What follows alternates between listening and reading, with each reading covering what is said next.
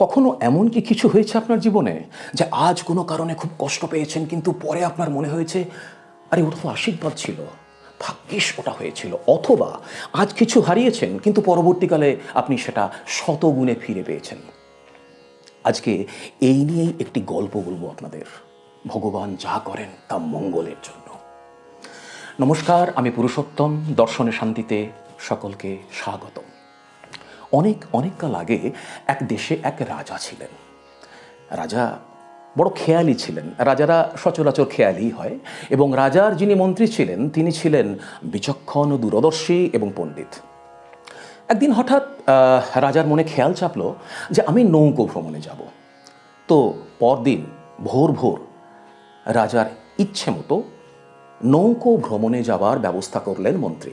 পরদিন খুব ভোর ভোর সকাল সকাল রাজা তার মন্ত্রী এবং ঘনিষ্ঠ কিছু পাত্রমিত্রদের নিয়ে নৌকো ভ্রমণে বের হলেন। নৌকো চলেছে, আর চারিদিকের গাছ গাছালি পাকপাখালি দেখে রাজা আহা কি সুন্দর, কি অপূর্ব এই বলে তার মনের আনন্দ উচ্ছ্বাস প্রকাশ করতে করতে চলেছেন। অনেক দূর যাওয়ার পর মন্ত্রী রাজাকে বললেন, রাজামশাই এবার আমাদের ফিরতে হবে। রাজা বললেন, কেন? মন্ত্রী বললেন, এই পথে জলদস্যুর ভয়, বিশেষত সন্ধে নামার পর। তো রাজা তাকে থামিয়ে দিয়ে বললেন, আমি রাজা, আমার আবার কিসের ভয়? আর তাছাড়া এতদিন পর আমি নৌকো ভ্রমণে বেরিয়েছি, আমাকে এই সৌন্দর্য উপভোগ করতে দাও। মন্ত্রী চুপ করে রইলেন। আরও কিছুটা যাবার পর মন্ত্রী তাঁকে একইভাবে সতর্ক করলেন। রাজা শুনলেন না। আরও কিছুটা যাবার পর মন্ত্রী তাঁকে শেষবারের মতন সতর্ক করে বললেন, রাজামশাই দয়া করে আমার কথা শুনুন, না হলে কিন্তু সমূহ বিপদ, এখনই ফিরতে হবে। নৌকো ঘোরানো হলো, কিন্তু যা হবার তাই হলো। বেশ কিছুটা যাবার পর সন্ধে নেমে এলো। তখন রাজা মন্ত্রীকে জিজ্ঞেস করলেন, মন্ত্রী এখন উপায়? মন্ত্রী বললেন, উপায় একটাই, আজকে রাত্রিটা কোথাও নদীর চরে কাটাতে হবে, পরদিন সকাল সকাল আমাদেরকে আবার ফিরতে হবে। সেই মোতাবেক তারা নদীর চরে সবাই বসে সময় কাটাতে লাগলেন। জ্যোৎস্না রাত্রি। আর রাজার কিছু পাত্রমিত্র রাজার জন্য, তার রাজার রাত্রির আহারের জন্য ফল কাটছেন। তো খেয়ালি রাজার হঠাৎ করে মনে হলো, আরে দেখি আমিও একটা ফল কেটে, যেমন পিকনিকে আমরা করি আর কি। তিনি তো সচরাচর সব কাজ করেন না। তো পাত্রমিত্ররা বাধা দিয়ে বললেন যে, আরে আমরা থাকতে আপনি এটা কাজ করবেন? কিন্তু রাজা শুনলেন না। তিনি একটি আপেল এবং ছুরি নিয়ে ফল কাটতে গেলেন, এবং যা হবার তাই হলো। অনভ্যস্ত হাতে ছুরি দিয়ে আপেল কাটতে গিয়ে হাতের আঙুলের একটি অংশ তিনি কেটে ফেললেন, মানে একটু ক্ষত হলো। সেখান থেকে রক্ত বেরোতে লাগলো। এখন সব পাত্রমিত্র, মন্ত্রী বাদে কিন্তু, আহা হা এ কি হলো, ভগবান তুমি কি নিষ্ঠুর, আমাদের রাজার হাত কেটে দিলে, ইত্যাদি প্রভৃতি বলে প্রলাপ বিলাপ এসব করতে লাগলেন, অবশ্যই রাজাকে খুশি করবার জন্য। তো কিছুক্ষণ পর যখন রাজার হাতে কাপড় বেঁধে দেওয়া হলো, রাজা বসে দেখছেন যে মন্ত্রী কিছুটা দূরে বসে আছেন। তো রাজা মন্ত্রীর কাছে খুব ক্রুদ্ধ হয়ে একটি প্রশ্ন করলেন, মন্ত্রী সবাই আমার এই হাত কেটে যাওয়াতে আহা আহা করলো, ভগবানকে তারা কত কথা বললেন, আর তুমি এভাবে চুপচাপ বসে আছো, তুমি তো কিছু করলে না। মন্ত্রী তখন বললেন, রাজামশাই আপনি কিভাবে দেখেন আমি জানি না, কিন্তু আমার যেটা মনে হয় ভগবান যা করেন তা মঙ্গলের জন্য।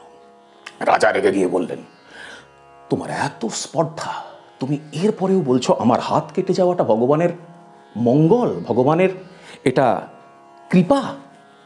দূর হও আমার সামনে থেকে, তোমার মুখ দেখতে চাই না। তো পরদিন সকালবেলা মন্ত্রীকে ফেলে রেখে রাজা তার প্রাসাদে প্রত্যাবর্তন করলেন। এভাবে কেটে গেল প্রায় 1 বছর। তখন নতুন মন্ত্রী আবারও একদিন রাজার মনে ওই নৌকো ভ্রমণে যাবার ইচ্ছে হলো। ওই একইভাবে অনেক দূর যাবার পর সেই মন্ত্রীও বিচক্ষণ ছিলেন, রাজাকে সতর্ক করলেন একই কথা বলে, জলদস্যুর কথা বলে। রাজা শুনলেন না।